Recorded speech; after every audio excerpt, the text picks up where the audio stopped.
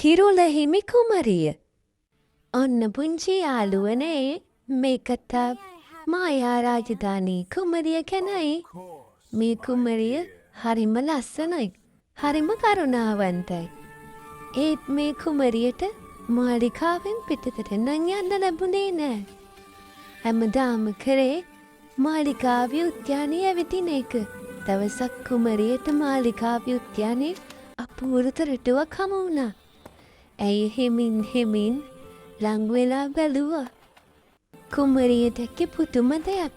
දොරෙන් එහා පැත්තේ තියුණේ මාලිකාවෙන් පිට තියෙන කම්මානේ.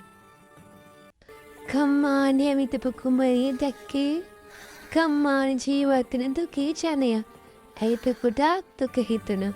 නැවත මාලිකාවට පැමිණි කුමරිය කාමරයට ගිහින් සිතුණු දේ කල්පනා කරා. නොදැනීම නින්දට වැටුණු ඇය උදැසන අවදි වී කාටත් හොර රහසෙම මාලිගාවෙන් පිටවෙන්න තීරණය කරා. ඇය ගියේ දුකී ජනයාට උදව් කරන්නයි. දුකී ජනතාව කුමරියව ආදරයෙන් වැළඳගත්තා.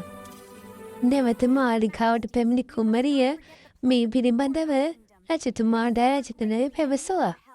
කුමරිය තීරණය කරා රටේ ජනතාවට උදව් කරන්න. රටේ ජනතාව වෙනුවෙන් සේවය කරන්න. ඉතින් මායා රාජධානිය පුරාම කුමරිය ගැන කතා වුණා. රජතුමාට රජිනතයි හරිම ආඩම්බරයි. රජතුමා රජිනයි තීරණය කරා කුමරිය අනාගත කිරුළ හිමි රජිනිය බවට පත් කරන්න. කුමරිය රටේ ජනතාව වෙනුවෙන් වෙහෙස මහන්සි වී වැඩ කරා.